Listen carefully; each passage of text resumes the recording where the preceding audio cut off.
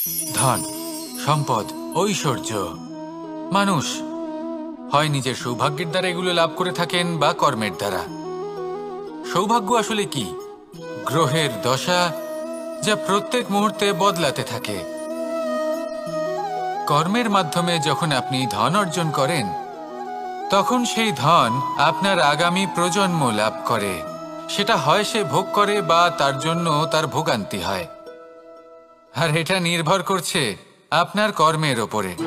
কি কর্ম করেছেন আপনি সেই ধনকে লাভ করার জন্য।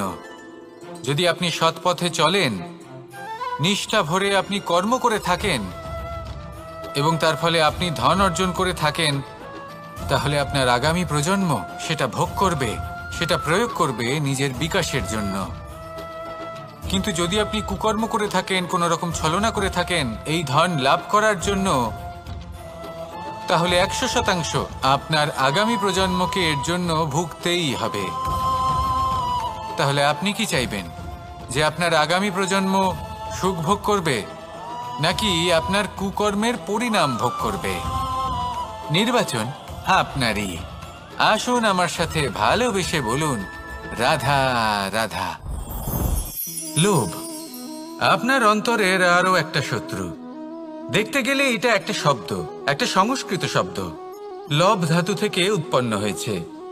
এর অর্থ কিছু লাভ করা। কিছু লাভ করা অনুচিত নয়, আরো কিছু লাভ করাও অনুচিত নয়, কিন্তু সব থেকে বেশি আমি লাভ করব। আমি আরো চাই, আরো বেশি চাই, আরো বেশি পেতে চাই। এটাই হলো লোভ।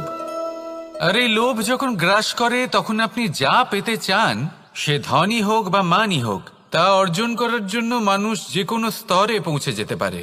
যদি মানুষ ধন অর্জন করতে চান, তাহলে তার জন্য তারা অধর্মের পথেও চলতে পারেন। যদি সম্মান অর্জন করতে চান, তাহলে অন্য মানুষকে ছোটও করতে পারেন। শেষ পর্যন্ত আপনার এটা মনে হতে পারে যে যদি একটু অল্পই প্রাপ্ত করতাম, কিন্তু ভালোবেসে প্রাপ্ত করতাম, এই জীবন আরো অনেক বেশি সুখী হতো। লোভ আপনার জীবনে, আপনার মনে কখন যে প্রবেশ করবে সেটা আপনি জানতেও পারবেন না। তাই এটা চিনতে শিখুন আর তৎক্ষণাৎ জীবন থেকে বাইরে ফেলে দিন। যা কিছু লাভ করতে চান তা ভালোবেসে লাভ করুন, আর সেই ভালোবাসার সাথেই বলুন, রাধা রাধা। জীবনে ক্ষমা চাওয়া তাও কিছুটা সহজ, ক্ষমা করতে পারা অত্যন্ত কঠিন। ক্ষমা 2 অক্ষরের এই শব্দ হতে পারে, কিন্তু অত্যন্ত বড় এই শব্দ, অত্যন্ত গুরুত্বপূর্ণ এই শব্দ। কখনো কখনো অন্য কাউকে ক্ষমা করে দেওয়া তাও কিছুটা সহজ কাজ, কিন্তু নিজেকে ক্ষমা করতে পারা অত্যন্ত কঠিন হয়ে দাঁড়ায়। অতীতে যদি আমাদের এমন কোনো ভুল হয় যে কারণে আমরা নিজেকে ক্ষমা করতে পারি না, অনেক সময় এমন কিছু ভুল করে বসি যে বিষয় শুধু আমরাই জানি, কিন্তু আমরা নিজেকে ক্ষমাই করতে পারি না, আর আমাদের বিকাশ সেখানেই স্তব্ধ হয়ে যায়। কারণ যদি আপনি ক্ষমা করতে না শেখেন, নিজেকে ক্ষমা যদি না করতে পারেন, তাহলে তা আপনার জীবনের সব থেকে বড় বাধা হয়ে দাঁড়াবে। সেই জন্য জীবনে অবশ্যই শিখুন যে কিভাবে নিজেকে ক্ষমা করতে হয়, আর শিখুন যে আগের করা ভুল আবার কি করে না করা যেতে পারে। এই মন হালকা হবে আর প্রসন্ন হয়ে বলবে, রাধা রাধা। এই সংসারে যখনই কোনো সমস্যা আসে, তখন আমরা আমাদের সব থেকে বড় সম্বলের কাছে আশ্রয় খুঁজি, তা হলো আমাদের বিশ্বাস। এবার প্রশ্ন হলো এটাই যে এই বিশ্বাস কার উপর করা যেতে পারে? পরিবারের ওপর, বন্ধুর ওপর, নাকি তাদের ওপর বিশ্বাস করা উচিত যাদেরকে আমরা কখনো সঙ্গ দিয়েছি? দেখুন, এই সংসারে বিপদের সম্মুখীন হলে কে আপনাকে সাহায্য করবে সেটা নির্বাচন করা আপনার হাতে নেই। সেটা সেই সকল ব্যক্তির উপর নির্ভরশীল যে তারা আপনাকে সাহায্য করবে নাকি করবে না। অর্থাৎ যখনই কোনো বিপদ আসে, সর্বপ্রথম তার সম্মুখীন আমাদের নিজেকেই হতে হয়, আর তার জন্য প্রস্তুত থাকা প্রয়োজনীয়। সেই শক্তি, সেই সাহস অর্জন করা প্রয়োজনীয়। দেখুন, যখনই অন্ধকার আসে, তখন সবার আগে কে আপনাকে ত্যাগ করে চলে যায়? আপনার নিজেরই ছায়া। এই অন্ধকারের সম্মুখীন হতে হয় অন্তরের প্রদীপের দ্বারা, অন্তরের আত্মা দ্বারা। তবেই আপনি অন্ধকারের ওপর জয়লাভ করতে পারবেন। সেই জন্য যে বিপদই আসুক না কেন, নিজেকে তার জন্য প্রস্তুত রাখা উচিত। সেই সাহস নিয়ে আসুন। এমন কোনো বিপদ নেই যে আপনাকে ভেঙে দিতে পারে। আসুন আমার সাথে ভালোবেসে বলুন, রাধা রাধা। মানুষ সবসময় চায় যে তার জীবনে যেন কখনো কোনো সমস্যাই না আসে। সে চায় তার জীবন যেন শুধুমাত্র শান্তি এবং সুখের দ্বারা পূর্ণ থাকে। কিন্তু এই চাহিদা অনুচিত কিছু নয়। আমরা সবাই এটাই চাই যে জীবনে সুখ থাক, শান্তি থাক।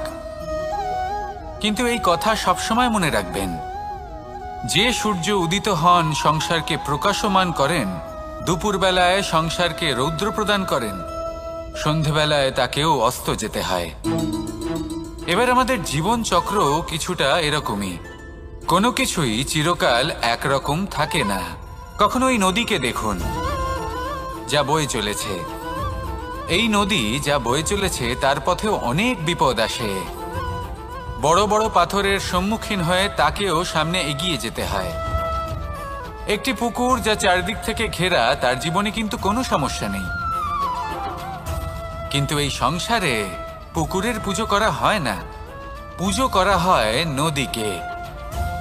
মনে রাখবেন, সমস্যার ঊর্ধ্বে তিনি উঠতে পারেন যিনি সমাধি লাভ করেছেন, যিনি এই সংসারেই নেই। যিনি এই সংসারে আছেন এবং জীবিত আছেন, তার জীবনের সমস্যা হলো শ্বাসবায়ুর মতোই গুরুত্বপূর্ণ। আসুন আমার সাথে ভালোবেসে বলুন, রাধা রাধা। আজ আমি আপনাকে একটা ছোট্ট কাহিনী শোনাবো। একবার আমি, রাধা আর দাদা, আমরা তিনজনে মিলে লুকিয়ে একটা উপবনে গেলাম আম পেড়ে খেতে। অনেক পরিশ্রম করে আমরা ওখানে পৌঁছলাম আর আমরা আশ্চর্যচকিত হয়ে গেলাম এটা দেখে যে এবার তো আম পাকেইনি। এবার দাদা কি করলেন, একটা আম পাড়লেন আর সেটা চাখলেন, আর উনি নিরাশ হয়ে পড়লেন। উনি বললেন যে এটা তো খুবই টক। তারপর রাধা একটা আম পাড়লো আর সেটা চেখে দেখলো, আর রাধা উৎসাহিত হয়ে পড়ল। আমি রাধাকে জিজ্ঞেস করলাম, কি হয়েছে, তুমি এত উৎসাহিত কেন? তখন রাধা বলল যে এবার এত বেশি টক আম হয়েছে যে এগুলো দিয়ে আমরা আচার বানাবো। তাহলে দাদা ওখান থেকে বেরিয়ে গেলেন নিরাশ হয়ে এবং খালি হাতে।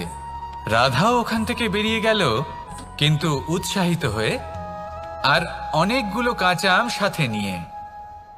এর থেকে আমরা কি শিক্ষা পেতে পারি? যে প্রত্যেকটা স্থানে এমন কিছু রয়েছে যেখান থেকে আমরা কিছু একটা শিক্ষা লাভ করতে পারি, যা আমাদেরকে বিকাশের পথে নিয়ে যেতে পারে। এই শিক্ষা প্রত্যেক স্থানে আছে। সবকিছু আমাদের দৃষ্টিভঙ্গির উপর নির্ভর করছে। যখনই আমাদের জীবনে, আমাদের সম্পর্কে কোনো সমস্যা, কোনো বিপদ আসে, তখন বেশিরভাগ মানুষ সেই বিষয় নিয়ে দুঃখী হয়ে পড়েন। আর কিছু মানুষ এমনও থাকেন যারা শেষ পর্যন্ত তার সমাধান করেন, বিপদকে পরাজিত করেন, সম্পর্কগুলিকে আবার জুড়ে দেন। যদি আপনি সুখের খোঁজ করেন তাহলে আপনি সুখ অবশ্যই পাবেন, প্রসন্নতা অবশ্যই পাবেন। যদি আপনি দুঃখ খোঁজেন তাহলে দুঃখ অবশ্যই পাবেন। এবার আপনি কি খুঁজতে চান, সেই চয়ন আপনারই। আসুন আর আমার সাথে ভালোবেসে বলুন, রাধা রাধা। কখনো কোনো প্রজাপতিকে উড়তে দেখেছেন? কি সুন্দর উড়ে বেড়ায় সে, এক ফুল থেকে অন্য ফুলে, এক পাতা থেকে অন্য পাতার ওপর। কিন্তু সে কিভাবে উড়তে শেখে কখনো ভেবেছেন? জন্ম থেকেই কিন্তু প্রজাপতির ডানা থাকে না। ও কিন্তু ছোট্ট একটা ডিমের আকারে জন্ম লাভ করে। তারপর সেই ডিমটি ভেঙে একটি কীট বাইরে আসে। আস্তে আস্তে সে বড় হয়, ওর শক্তি বৃদ্ধি পায়। তারপর সে সেই কীট দশা ত্যাগ করে নিজের ডানাগুলি মেলে। এই প্রক্রিয়া তার কাছে সরল নয়, অত্যন্ত যন্ত্রণাদায়ক প্রক্রিয়া, কিন্তু সে সেই যন্ত্রণা মেনে নেয়। আর তারপর আস্তে আস্তে সে উড়তে শেখে। শুধুমাত্র আকাশে উড়ে বেড়ায় তা নয়, আমাদের মনের মাঝে উড়ে বেড়ায়। এবার এই ডিম থেকে প্রজাপতি হয়ে ওঠার যে যাত্রা, এটা যতটা কঠিন, ততটাই কঠিন হয় এই সংসারে শ্রেষ্ঠ কর্ম করা, ততটাই কঠিন হয় এই সংসারে মহান হয়ে ওঠা। সেই জন্য প্রয়োজনীয় প্রচেষ্টা এবং সময়। নিরন্তর প্রচেষ্টা করতে থাকুন, পর্যাপ্ত সময় নিন এবং আপনি নিজেকে এই আকাশে উড়ন্ত অবস্থায় পাবেন। আসুন আমার সাথে ভালোবেসে বলুন, রাধা রাধা, রাধা রাধা। আপনারা হয়তো ভাবছেন কি আশ্চর্য ব্যাপার, প্রত্যেকবার আমি কথা শেষ হওয়ার পরে রাধা রাধা বলি। এইবার আমি আগেই বলে দিলাম। কারণটা কি? কারণ হলো অত্যন্ত বিশেষ। প্রত্যেকবার কথা সমাপ্ত হবার পরে আপনাদের সবার মধ্যে ভালোবাসা বিতরণ করতে চাই, তাই রাধা রাধা বলি। কিন্তু এইবার এই নতুন এবং বিশেষ সূত্রপাতে প্রথমে প্রেম বিতরণ করা অত্যন্ত আবশ্যক। এবার একটা বিষয় আছে যা জানেন হয়তো সকলেই, কিন্তু বুঝতে খুব কম জন পারেন। এই প্রেম, এই আনন্দ, এই সকল কিছুর সূত্রপাত হয় নিঃস্বার্থ আবেগের দ্বারা। ঠিক যেমন একজন মাতাকেই দেখে নিন। যখনই একজন মাতা সন্তানকে জন্ম দেন, তখন এই সংসার ভুলে যায় যে তার জন্য এটা একটা নতুন জন্ম। কারণ একজন নারী তখন একজন মাতৃরূপে নতুন ভাবে জন্ম নেন। একজন নারী স্ত্রী ও গৃহবধূ রূপে কিছু অধিকার লাভ করে থাকেন, কিন্তু তিনি যখন মা হয়ে যান তখন তিনি শুধুই দান করতে শেখেন। নিজের সন্তানের জন্য কত কিছুই না করেন, তাকে বাৎসল্যের সাগরে ভাসিয়ে নিয়ে যান। এই সংসারে রাজকুমার জন্ম নিতেই পারেন, তাকে রাম এবং লক্ষণ কিন্তু মায়েরাই বানিয়ে তোলেন। একজন গোয়ালা জন্ম নেয়, তাকে দ্বারকাধীশ একজন মাই বানিয়ে তোলেন। পিতা হলেন সেই পর্বত যার একটা অংশ হলো তার সন্তান, কিন্তু মা হলেন সেই শিল্পী যিনি একটা পাথরকে খোদাই করে এমন এক মূর্তি গড়ে তোলেন যাকে সকলে পূজনীয় মনে করেন। তাহলে স্মরণ করুন সেই সকল মুহূর্ত যেগুলি আপনি নিজের মাতার সাথে অতিবাহিত করেছেন। অনুভব করতে পারবেন যে কিভাবে এক মুহূর্তেই এই মন প্রফুল্ল হয়ে ওঠে। এবারের কারণ কি? এর কারণ হলো এই জীবনের আসল দ্বারই হলো মমতা।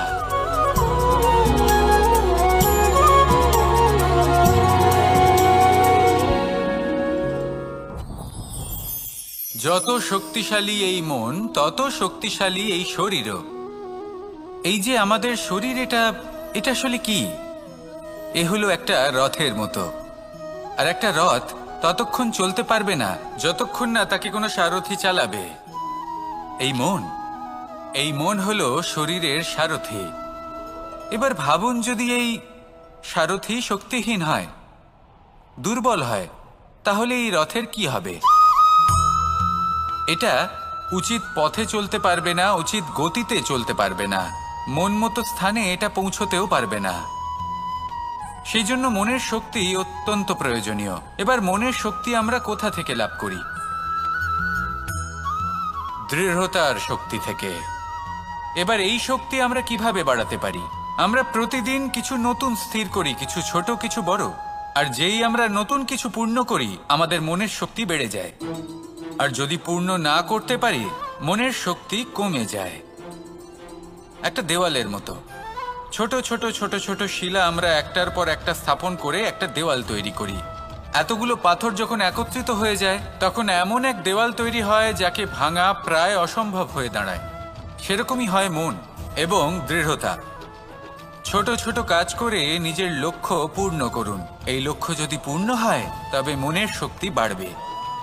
কিছুটা এইভাবে যে যত বড়ই বিপদ আসুক না কেন, সেই বিপদ নিজে হার মেনে নেবে, কিন্তু আপনার মন ততটাই শক্তিশালী থাকবে। তাই মনের শক্তি বাড়াতে থাকুন, যাতে আপনি উচিত পথে চলতে পারেন, উচিত গতিতে চলেন আর মনোবাঞ্ছিত স্থানে পৌঁছতে পারেন। তবেই এই মন প্রসন্ন হয়ে বলবে, রাধা রাধা। আমি রাধাকে ভালোবাসি। আর এই কথাটা সমগ্র সংসার জানে। আর সময় অন্তরে লীলার দ্বারা, বিভিন্ন ঘটনা দ্বারা, কর্মের দ্বারা আমি নিজের এই ভালোবাসা রাধার সামনে প্রকাশ করি। এবার আপনি বলবেন, এসবের কি প্রয়োজন? রাধা কি এই কথা জানে না যে কৃষ্ণ তাকে কতটা ভালোবাসে? অবশ্যই জানে, কিন্তু এই যে ভালোবাসা, তা মনে রেখে দেওয়ার জন্য নয়, তা প্রকাশ করার জন্য। আর বারংবার এই ভালোবাসাকে প্রকাশ করা উচিত, উচিত সময় এবং উচিত সুযোগ দেখে। কিরকম? এবার যদি আপনি প্রেমীর সাথে কোনো উৎসবে থাকেন, তাহলে তার সাথে নৃত্য সঙ্গীত করুন। যদি ভিড়ের মাঝে থাকেন, তখন প্রেমীকে সম্মান করুন, একান্তে প্রসাধন করুন। দুঃখের সময় তার হাত ধরে থাকুন, সুখের সময় আলিঙ্গন করে রাখুন। এই প্রেম যত প্রকাশ করবেন, ততই এই প্রেমের বৃদ্ধি হবে। এই প্রেম আরো বেশি গভীর হবে, অটুট হবে। তাই এই প্রেমকে মনে নয়, আপনার জীবনে স্থান দিন। মন খুলে প্রকাশ করুন আর আমার সাথে ভালোবেসে বলুন, রাধা রাধা। মুঠো হাতের শক্তি বেশি, মুঠো খুললেই তা দুর্বল। তা এমন কি থাকা উচিত এই বন্ধ মুঠোয় যা লাখের সমান? মানসিকতা এবং স্বপ্ন। মানুষ জন্মগ্রহণ করে, তার মানসিকতা সময়ের সাথে উন্নত হয়। মানসিকতা অনুযায়ী সে স্বপ্ন দেখে, আর সেই স্বপ্ন সার্থক করতে সে পরিশ্রম করতে থাকে। কিন্তু খুব গুরুত্বপূর্ণ একটা কথা আছে যা আপনার মনে রাখা উচিত। আপনার এই মানসিকতা, আপনার এই স্বপ্ন, তা যেন আপনার নিয়ন্ত্রণে থাকে। আপনার বন্ধ মুঠোয় যেন এর লাগাম থাকে, আপনি যেন এর প্রভু হন। যদি তা হয়, তবেই আপনি লাভবান হবেন। যদি এরা আপনাকে নিয়ন্ত্রণ করতে থাকে, যদি আপনার মুঠো খুলে যায়, না পথ আপনার নিয়ন্ত্রণে থাকবে, না মানসিকতা থাকবে, না স্বপ্ন নিয়ন্ত্রণে থাকবে। আর যদি তাই হয়, তাহলে আপনি আপনার ভবিষ্যৎ নষ্ট করে ফেলবেন। তাই নিয়ন্ত্রণ করতে শিখুন নিজের বিচার বুদ্ধি, নিজের মানসিকতা, নিজের স্বপ্নকে। নিজের এই স্বপ্ন পূরণ করুন আর আমার সাথে ভালোবেসে বলুন, রাধা রাধা। আমার কাছে যশোদা মা যেমন, আমার কাছে দেবকী মা যেমন, আমার কাছে ঠিক তেমনই হলেন গোমাতা। এবার ভেবে দেখার বিষয় হলো এটা যে এই সংসারে অসংখ্য প্রাণী আছে। একজন গাইকে একজন মায়ের মর্যাদা কেন দেওয়া হয়? তাহলে এর অনেকগুলো কারণ আছে। এই গাই অর্থাৎ গোমাতা, এনারা হলেন অত্যন্ত শান্ত, শান্তিপ্রিয়, কখনো কারোর কোনো ক্ষতি করতেই পারেন না। গোমাতা যে দুধ নিজের বাছুরকে পান করান, সেই দুধই আমাদেরও দেন। সেই দুধ পান করে আমরা শক্তি লাভ করি। এই দুধ থেকে আমরা মাখন, ঘি, পায়েস, এইসব সুস্বাদু খাবার লাভ করি। গোমাতার গোবর আমাদের জ্বালানি হিসেবে সাহায্য করে, যার ফলে খুব কম সংখ্যক কাঠ ব্যবহার করা যায় এবং বেশিরভাগ জঙ্গল সুরক্ষিত থাকে। গোমাতার গোমূত্র, সেটাও আমাদের কাছে লাভজনক। এর দ্বারা আমরা অনেক রোগ থেকে মুক্তি লাভ করতে পারি। গোমাতা যখন একটি বাছুরকে জন্ম দেন, তখন সেই বড় হয়ে আমাদের ক্ষেত কর্ষণ করে। সেই জন্য গাইকেও জীবনে মায়ের মর্যাদা দেবেন। যতটা সম্ভব তাকে সেবা করুন এবং ভালোবেসে তাকে পালন করুন। এই মন নিজে থেকেই প্রসন্ন হয়ে বলবে, রাধা রাধা। ধন, সম্পদ, ঐশ্বর্য, মানুষ হয় নিজের সৌভাগ্যের দ্বারা এগুলো লাভ করে থাকেন বা কর্মের দ্বারা। সৌভাগ্য আসলে কি? গ্রহের দশা, যা প্রত্যেক মুহূর্তে বদলাতে থাকে। কর্মের মাধ্যমে যখন আপনি ধন অর্জন করেন, তখন সেই ধন আপনার আগামী প্রজন্ম লাভ করে। সেটা হয় সে ভোগ করে বা তার জন্য তার ভোগান্তি হয়। আর এটা নির্ভর করছে আপনার কর্মের ওপরে। কি কর্ম করেছেন আপনি সেই ধনকে লাভ করার জন্য? যদি আপনি সৎ পথে চলেন, নিষ্ঠা ভরে আপনি কর্ম করে থাকেন এবং তার ফলে আপনি ধন অর্জন করে থাকেন, তাহলে আপনার আগামী প্রজন্ম সেটা ভোগ করবে, সেটা প্রয়োগ করবে নিজের বিকাশের জন্য। কিন্তু যদি আপনি কুকর্ম করে থাকেন, কোনো রকম ছলনা করে থাকেন এই ধন লাভ করার জন্য, তাহলে 100% আপনার আগামী প্রজন্মকে এর জন্য ভুগতেই হবে। তাহলে আপনি কি চাইবেন, যে আপনার আগামী প্রজন্ম সুখ ভোগ করবে, নাকি আপনার কুকর্মের পরিণাম ভোগ করবে? নির্বাচন আপনারই। আসুন আমার সাথে ভালোবেসে বলুন, রাধা রাধা। লোভ আপনার অন্তরের আরো একটা শত্রু। দেখতে গেলে এটা একটা শব্দ, একটা সংস্কৃত শব্দ। লব ধাতু থেকে উৎপন্ন হয়েছে। এর অর্থ কিছু লাভ করা। কিছু লাভ করা অনুচিত নয়, আরো কিছু লাভ করাও অনুচিত নয়, কিন্তু সব থেকে বেশি আমিই লাভ করব। আমি আরো চাই, আরো বেশি চাই, আরো বেশি পেতে চাই। এটাই হলো লোভ।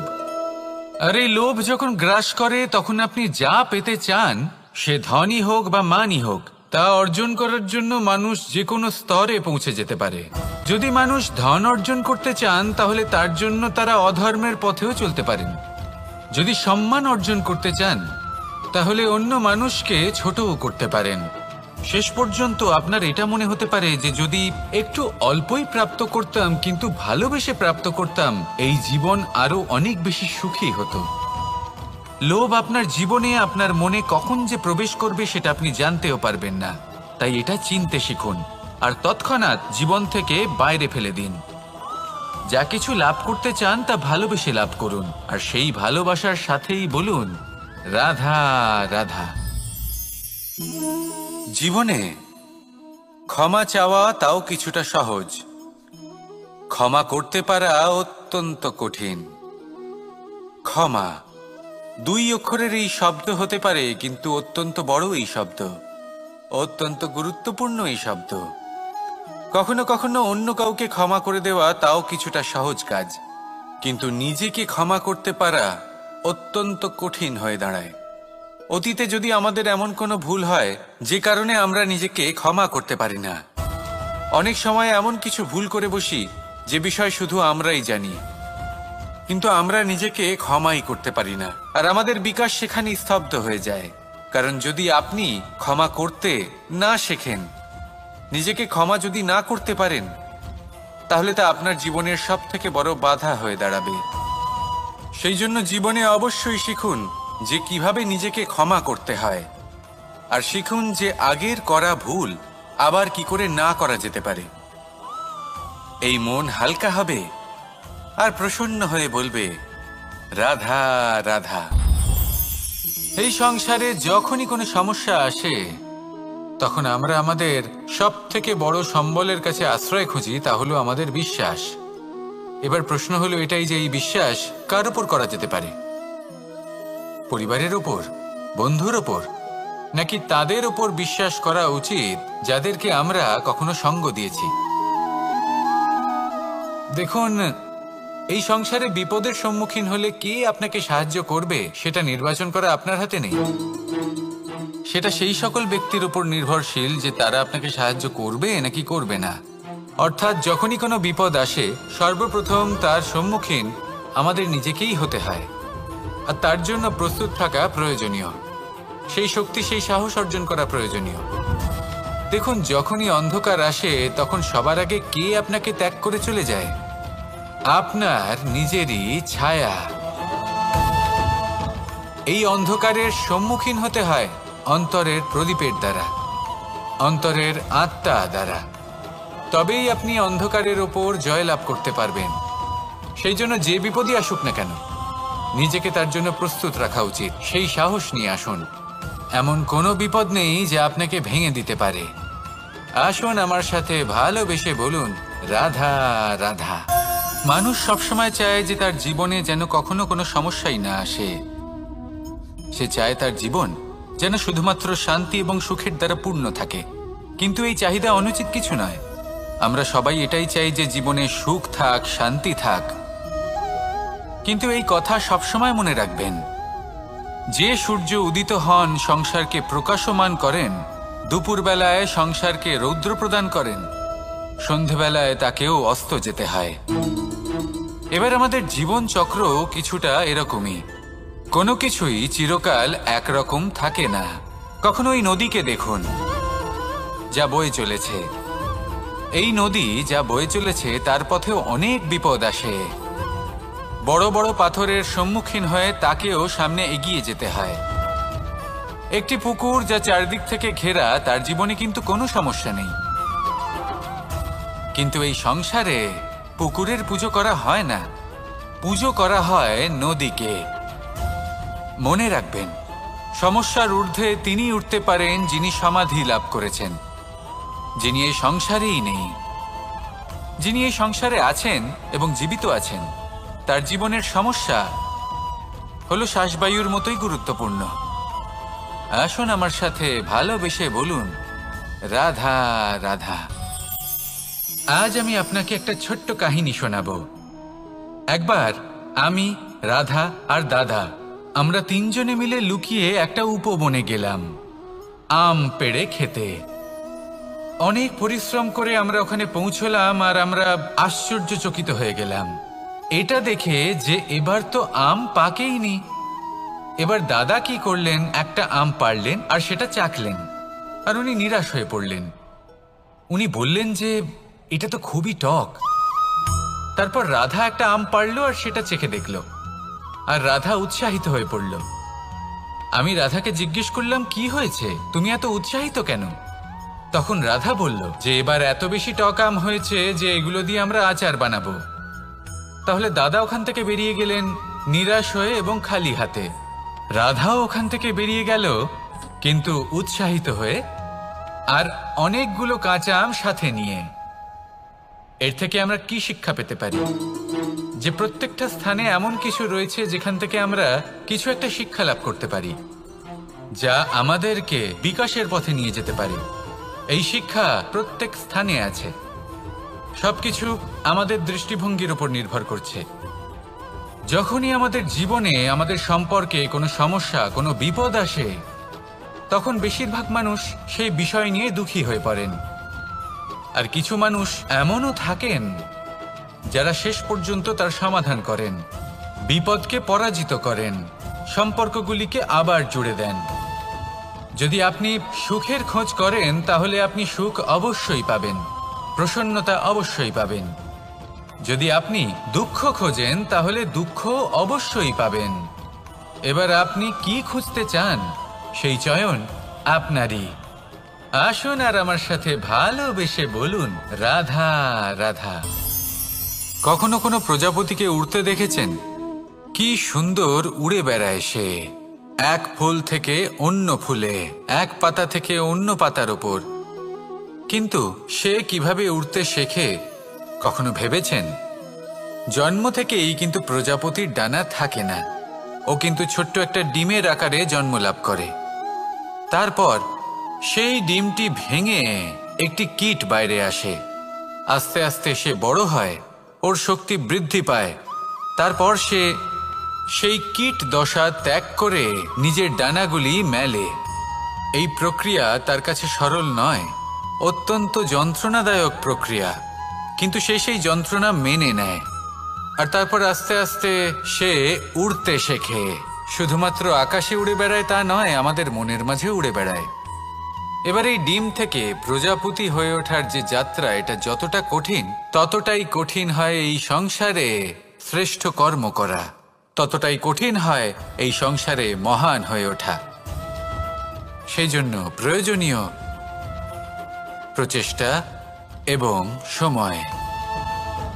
নিরন্তর প্রচেষ্টা করতে থাকুন, পর্যাপ্ত সময় নিন, এবং আপনি নিজেকে এই আকাশে উড়ন্ত অবস্থায় পাবেন। আসুন আমার সাথে ভালোবেসে বলুন, রাধা রাধা, রাধা রাধা। আপনারা হয়তো ভাবছেন কি আশ্চর্য ব্যাপার, প্রত্যেকবার আমি কথা শেষ হওয়ার পরে রাধা রাধা বলি। এইবার আমি আগেই বলে দিলাম। কারণটা কি? কারণ হলো অত্যন্ত বিশেষ। প্রত্যেকবার কথা সমাপ্ত হবার পরে আপনাদের সবার মধ্যে ভালোবাসা বিতরণ করতে চাই, তাই রাধা রাধা বলি। কিন্তু এইবার এই নতুন এবং বিশেষ সূত্রপাতে প্রথমে প্রেম বিতরণ করা অত্যন্ত আবশ্যক। এবার একটা বিষয় আছে যা জানেন হয়তো সকলেই, কিন্তু বুঝতে খুব কম জন পারেন। এই প্রেম, এই আনন্দ, এই সকল কিছুর সূত্রপাত হয় নিঃস্বার্থ আবেগের দ্বারা। ঠিক যেমন একজন মাতাকেই দেখে নিন। যখনই একজন মাতা সন্তানকে জন্ম দেন, তখন এই সংসার ভুলে যায় যে তার জন্য এটা একটা নতুন জন্ম। কারণ একজন নারী তখন একজন মাতৃরূপে নতুনভাবে জন্ম নেন। একজন নারী স্ত্রী ও গৃহবধূ রূপে কিছু অধিকার লাভ করে থাকেন, কিন্তু তিনি যখন মা হয়ে যান, তখন তিনি শুধুই দান করতে শেখেন। নিজের সন্তানের জন্য কত কিছুই না করেন, তাকে বাৎসল্যের সাগরে ভাসিয়ে নিয়ে যান। এই সংসারে রাজকুমার জন্ম নিতেই পারেন, তাকে রাম এবং লক্ষণ কিন্তু মায়েরাই বানিয়ে তোলেন। একজন গোয়ালা জন্ম নেয়, তাকে দ্বারকাধীশ একজন মাই বানিয়ে তোলেন। পিতা হলেন সেই পর্বত যার একটা অংশ হলো তার সন্তান, কিন্তু মা হলেন সেই শিল্পী যিনি একটা পাথরকে খোদাই করে এমন এক মূর্তি গড়ে তোলেন যাকে সকলে পূজনীয় মনে করেন। তাহলে স্মরণ করুন সেই সকল মুহূর্ত যেগুলি আপনি নিজের মাতার সাথে অতিবাহিত করেছেন। অনুভব করতে পারবেন যে কিভাবে এক মুহূর্তেই এই মন প্রফুল্ল হয়ে ওঠে। এবার এর কারণ কি? এর কারণ হলো এই জীবনের আসল দ্বারই হলো মমতা।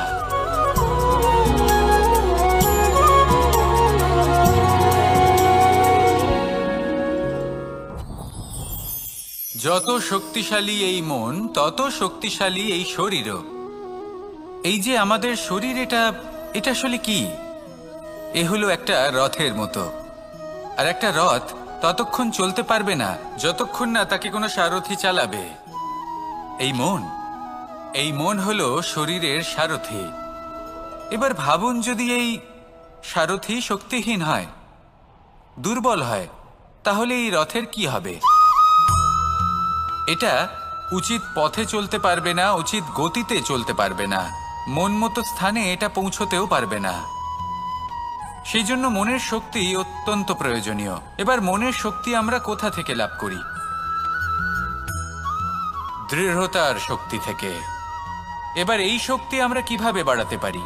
আমরা প্রতিদিন কিছু নতুন স্থির করি, কিছু ছোট কিছু বড়। আর যেই আমরা নতুন কিছু পূর্ণ করি, আমাদের মনের শক্তি বেড়ে যায়। আর যদি পূর্ণ না করতে পারি, মনের শক্তি কমে যায়। একটা দেওয়ালের মতো ছোট ছোট ছোট ছোট শিলা আমরা একটার পর একটা স্থাপন করে একটা দেওয়াল তৈরি করি। এতগুলো পাথর যখন একত্রিত হয়ে যায়, তখন এমন এক দেওয়াল তৈরি হয় যাকে ভাঙা প্রায় অসম্ভব হয়ে দাঁড়ায়। সেরকমই হয় মন এবং দৃঢ়তা। ছোট ছোট কাজ করে নিজের লক্ষ্য পূর্ণ করুন। এই লক্ষ্য যদি পূর্ণ হয়, তবে মনের শক্তি বাড়বে। কিছুটা এইভাবে যে যত বড়ই বিপদ আসুক না কেন, সেই বিপদ নিজে হার মেনে নেবে, কিন্তু আপনার মন ততটাই শক্তিশালী থাকবে। তাই মনের শক্তি বাড়াতে থাকুন, যাতে আপনি উচিত পথে চলতে পারেন, উচিত গতিতে চলেন আর মনোবাঞ্ছিত স্থানে পৌঁছতে পারেন। তবেই এই মন প্রসন্ন হয়ে বলবে, রাধা রাধা। আমি রাধাকে ভালোবাসি। আর এই কথাটা সমগ্র সংসার জানে। আর সময় অন্তরে লীলার দ্বারা, বিভিন্ন ঘটনা দ্বারা, কর্মের দ্বারা আমি নিজের এই ভালোবাসা রাধার সামনে প্রকাশ করি। এবার আপনি বলবেন, এসবের কি প্রয়োজন? রাধা কি এই কথা জানে না যে কৃষ্ণ তাকে কতটা ভালোবাসে?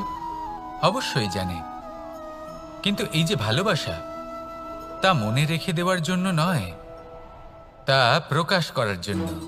আর বারংবার এই ভালোবাসাকে প্রকাশ করা উচিত, উচিত সময় এবং উচিত সুযোগ দেখে। কিরকম? এবার যদি আপনি প্রেমীর সাথে কোনো উৎসবে থাকেন, তাহলে তার সাথে নৃত্য সঙ্গীত করুন। যদি ভিড়ের মাঝে থাকেন, তখন প্রেমীকে সম্মান করুন, একান্তে প্রসাধন করুন। দুঃখের সময় তার হাত ধরে থাকুন, সুখের সময় আলিঙ্গন করে রাখুন। এই প্রেম যত প্রকাশ করবেন, ততই এই প্রেমের বৃদ্ধি হবে। এই প্রেম আরো বেশি গভীর হবে, অটুট হবে। তাই এই প্রেমকে মনে নয়, আপনার জীবনে স্থান দিন। মন খুলে প্রকাশ করুন আর আমার সাথে ভালোবেসে বলুন, রাধা রাধা। মুঠো হাতের শক্তি বেশি, মুঠো খুললেই তা দুর্বল। তা এমন কি থাকা উচিত এই বন্ধ মুঠোয় যা লাখের সমান? মানসিকতা এবং স্বপ্ন। মানুষ জন্মগ্রহণ করে, তার মানসিকতা সময়ের সাথে উন্নত হয়। মানসিকতা অনুযায়ী সে স্বপ্ন দেখে, আর সেই স্বপ্ন সার্থক করতে সে পরিশ্রম করতে থাকে। কিন্তু খুব গুরুত্বপূর্ণ একটা কথা আছে যা আপনার মনে রাখা উচিত। আপনার এই মানসিকতা, আপনার এই স্বপ্ন, তা যেন আপনার নিয়ন্ত্রণে থাকে। আপনার বন্ধ মুঠোয় যেন এর লাগাম থাকে, আপনি যেন এর প্রভু হন। যদি তা হয় তবেই আপনি লাভবান হবেন। যদি এরা আপনাকে নিয়ন্ত্রণ করতে থাকে, যদি আপনার মুঠো খুলে যায়, না পথ আপনার নিয়ন্ত্রণে থাকবে, না মানসিকতা থাকবে, না স্বপ্ন নিয়ন্ত্রণে থাকবে। আর যদি তাই হয় তাহলে আপনি আপনার ভবিষ্যৎ নষ্ট করে ফেলবেন। তাই নিয়ন্ত্রণ করতে শিখুন নিজের বিচার বুদ্ধি, নিজের মানসিকতা, নিজের স্বপ্নকে। নিজের এই স্বপ্ন পূরণ করুন আর আমার সাথে ভালোবেসে বলুন, রাধা রাধা। আমার কাছে যশোদা মা যেমন, আমার কাছে দেবকী মা যেমন, আমার কাছে ঠিক তেমনই হলেন গোমাতা। এবার ভেবে দেখার বিষয় হলো এটা যে এই সংসারে অসংখ্য প্রাণী আছে। একজন গাইকে একজন মায়ের মর্যাদা কেন দেওয়া হয়? তাহলে এর অনেকগুলো কারণ আছে। এই গাই অর্থাৎ গোমাতা, এনারা হলেন অত্যন্ত শান্ত, শান্তিপ্রিয়, কখনো কারোর কোনো ক্ষতি করতেই পারেন না। গোমাতা যে দুধ নিজের বাছুরকে পান করান সেই দুধই আমাদেরও দেন। সেই দুধ পান করে আমরা শক্তি লাভ করি। এই দুধ থেকে আমরা মাখন, ঘি, পায়েস, এইসব সুস্বাদু খাবার লাভ করি। গোমাতার গোবর আমাদের জ্বালানি হিসেবে সাহায্য করে, যার ফলে খুব কম সংখ্যক কাঠ ব্যবহার করা যায় এবং বেশিরভাগ জঙ্গল সুরক্ষিত থাকে। গোমাতার গোমূত্র, সেটাও আমাদের কাছে লাভজনক। এর দ্বারা আমরা অনেক রোগ থেকে মুক্তি লাভ করতে পারি। গোমাতা যখন একটি বাছুরকে জন্ম দেন তখন সেই বড় হয়ে আমাদের ক্ষেত কর্ষণ করে। সেই জন্য গাইকেও জীবনে মায়ের মর্যাদা দেবেন। যতটা সম্ভব তাকে সেবা করুন এবং ভালোবেসে তাকে পালন করুন। এই মন নিজে থেকেই প্রসন্ন হয়ে বলবে, রাধা রাধা। ধন, সম্পদ, ঐশ্বর্য, মানুষ হয় নিজের সৌভাগ্যের দ্বারা এগুলো লাভ করে থাকেন বা কর্মের দ্বারা। সৌভাগ্য আসলে কি?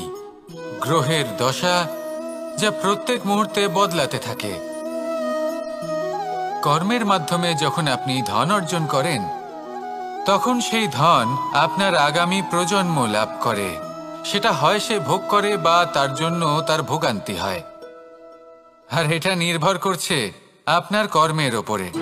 কি কর্ম করেছেন আপনি সেই ধনকে লাভ করার জন্য? যদি আপনি সৎ পথে চলেন, নিষ্ঠা ভরে আপনি কর্ম করে থাকেন এবং তার ফলে আপনি ধন অর্জন করে থাকেন, তাহলে আপনার আগামী প্রজন্ম সেটা ভোগ করবে, সেটা প্রয়োগ করবে নিজের বিকাশের জন্য।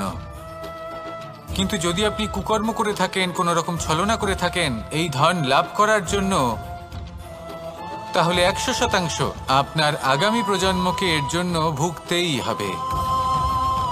তাহলে আপনি কি চাইবেন?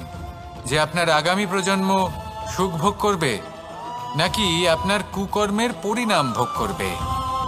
নির্বাচন আপনারই। আসুন আমার সাথে ভালোবেসে বলুন, রাধা রাধা। লোভ আপনার অন্তরের আরো একটা শত্রু। দেখতে গেলে এটা একটা শব্দ, একটা সংস্কৃত শব্দ। লব ধাতু থেকে উৎপন্ন হয়েছে। এর অর্থ কিছু লাভ করা। কিছু লাভ করা অনুচিত নয়, আরো কিছু লাভ করাও অনুচিত নয়, কিন্তু সব থেকে বেশি আমি লাভ করব। আমি আরো চাই, আরো বেশি চাই, আরো বেশি পেতে চাই। এটাই হলো লোভ।